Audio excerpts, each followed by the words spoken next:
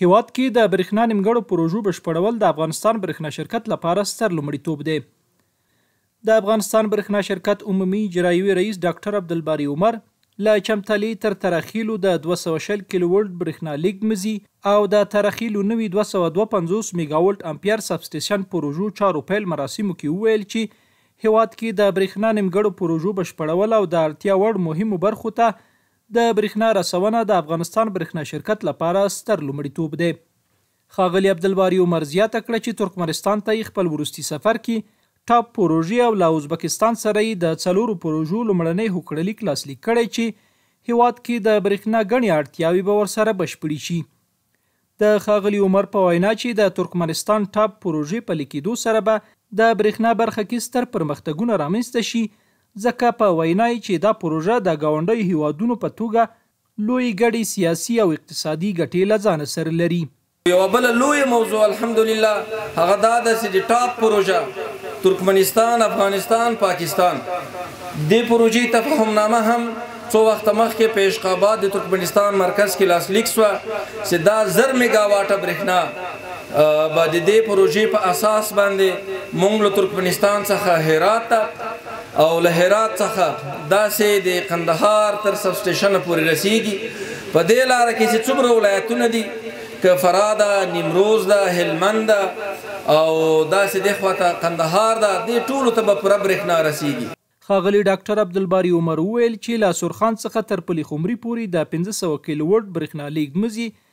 د کابل ارغندې سب سټیشن پراختیا، له بودخاک څخه تر ننګرهار پورې د 220 کیلو ولټ برېښنا لیږد مزي او د شیخ مصري سب سټیشن جوړولو پروژو اړوند هوکړلیک یې له ازبکستان سره لاسلیک کړی او تړونونه به یې له تخنیکي ارزونو وروسته لاسلیک شي چې د دې ټولو پروژو بشپړېدو سره به د برېښنا برخه کې لوی اسانتیاوې رامنځته او شته ټولې اړتیاوې به بشپړې شي. د افغانستان برېښنا شرکت عمومي اجرایوي رئیس په وینا چې له شبرغان څخه تر الوان دښتې او له الوان دښتې څخه تر ارغندې پورې د 1500 کیلو ولټ برېښنا لیږد او له غزني څخه تر زابل او قندهار ولایتونو پورې د 220 کیلو ولټ وارداتي برېښنا لیږد مزي پروژو بشپړتیا سره به د برېښنا ټولې ستونزې حل او سترو پرمختګونو ته به لار پرانیستل شي. د ترکمنستان څخه 1000 میگا واټه برېښنا له شبرغان نه تر دشت الوان پورې د افغان انویسټ شرکت له لوري قرارداد شوی ده او له دشت الوان سب سټیشن څخه 2 مزي چې هغه به د اوفي بهرام محترم شرکت له لوري ارغندۍ پورې د ارغندۍ سب سټیشن پورې را رسیږي. د دې ترڅنګ د چمتلې او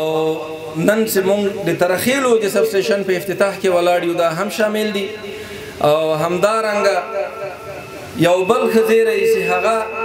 څو ورځې مخکې تاسو د دې شاهدان وایي چې د